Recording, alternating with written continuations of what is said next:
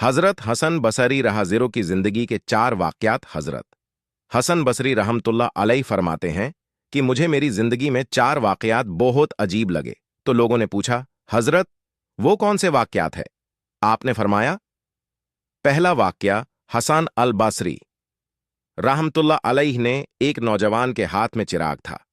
तो मैंने नौजवान से सवाल किया कि ये रोशनी कहाँ से आई।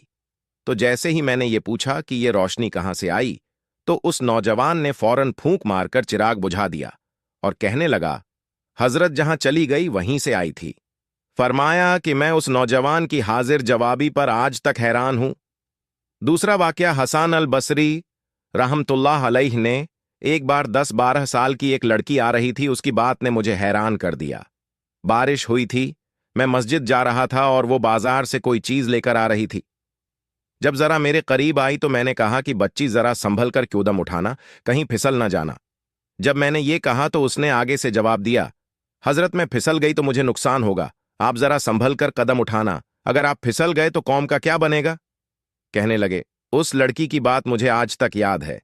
उस लड़की ने कहा था कि आप संभल कर कदम उठाना, अगर आप फिसल गए तो कौम का क्या बनेगा। तीसरा वाक्य, हसन अल बसरी ने रहमतुल्लाह अलैह ने एक बार मैंने एक हिजड़े को देखा। जब उसे पता चल गया कि मैंने उसे पहचान लिया है तो मुझसे वो कहने लगा कि मेरा राज्य न खोलना, अल्लाह ताला कयामत के दिन तुम्हारे राजों पर पर्दा डालेंगे। चौथा वाक्या, हसन अल बसरी रहमतुल्लाह अलैह ने एक आदमी नमाज पढ़ रहा था। उसके सामने से एक औरत रोती हुई खुले चेहरे खुले सर के साथ उसके आगे से गुजरी। जब उसने सलाम फेरा तो उस औरत पर बड़ा नाराज हुआ कि मैं नमाज पढ़ रहा था, तुझे शर्म नहीं आई, तुझे ध्यान नहीं। नंगे सर खुले चेहरे के साथ मेरे सामने से गुजर गई।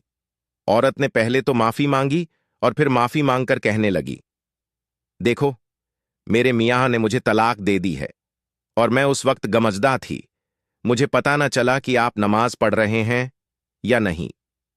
मैं इस हालत में आपके सामने से गुजर गई, मगर मैं हैरान इस बात पर हूं कि तुम अल्लाह की मोहब्बत में कैसे गिरफ्तार हो कि खड़े हो परवरदिगार के सामने और देख मेरा चेहरा रहे हो।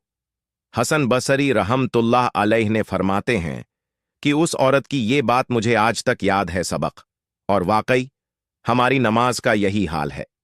नीचे की मंजिल पर अगर नमाज पढ़ रहे हों और ऊपर की मंजिल में कोई हमारा नाम ले दे तो हमें नमाज में पता चल जाता है कि हमारा नाम पुकारा गया है।